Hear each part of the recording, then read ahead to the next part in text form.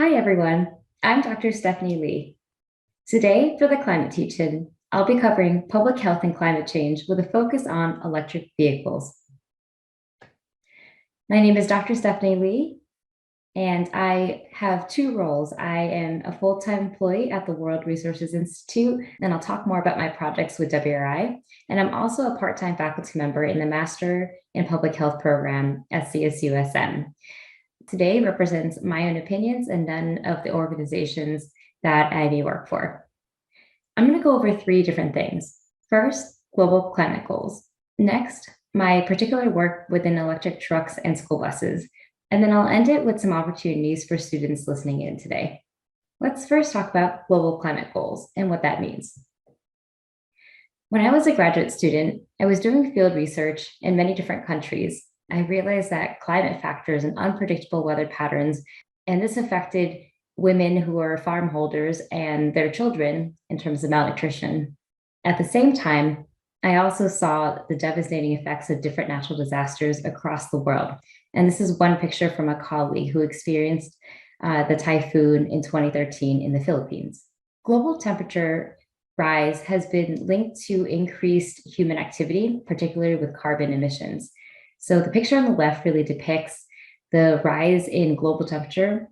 And on the right, there are carbon dioxide emissions. And this shows really that China, US, and India are one of the largest contributors to carbon dioxide and other pollutants. Mitigation is really reducing the emissions and stopping climate change and trying to prevent. And then adaptation is adjusting to the effects of climate change and reducing vulnerability, being really prepared. I'm going to focus mostly on mitigation for my talk. So within mitigation, in 2015, there were the Paris Climate Accord, or an agreement between many different countries to reduce carbon emissions over time. And this was also linked to the Sustainable Development Goals. So with Paris Climate Accord, the goal was to limit global temperature rise to well below 2 degrees Celsius, and ideally well below 1.5 degrees Celsius.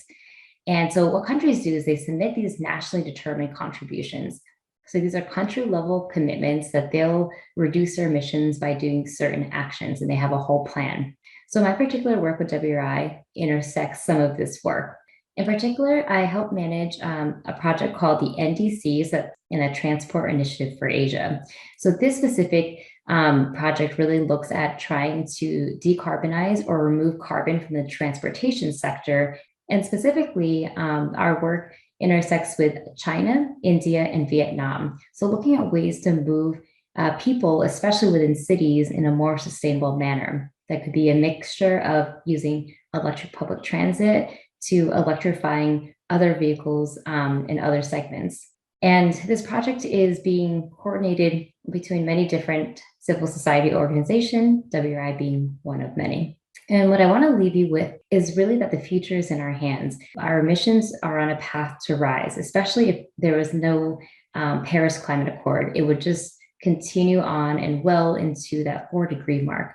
And the current policies are helping, and the pledges or the promises are lower than that. However, we still need a lot more significant action if we want to try to limit global warming to 1.5 degrees Celsius.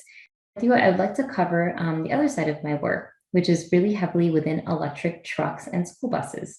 It's California's look at environmental health indicators. San Diego and Cal Enviroscreen ranks where there's a lot of pollution burden in certain areas.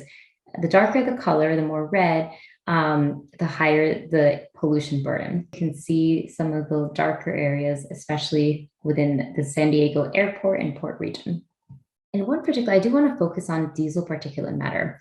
This tends to be very concentrated near highways, which in the US tend to be Black and brown communities. And why is this bad? So there's many different public health considerations. When you live near a highway or near a pollution source, there's constant inhalation of particulate matter. And there's also the inflammation and this could really lead to cardiovascular effects, chronic conditions, such as hypertension or diabetes.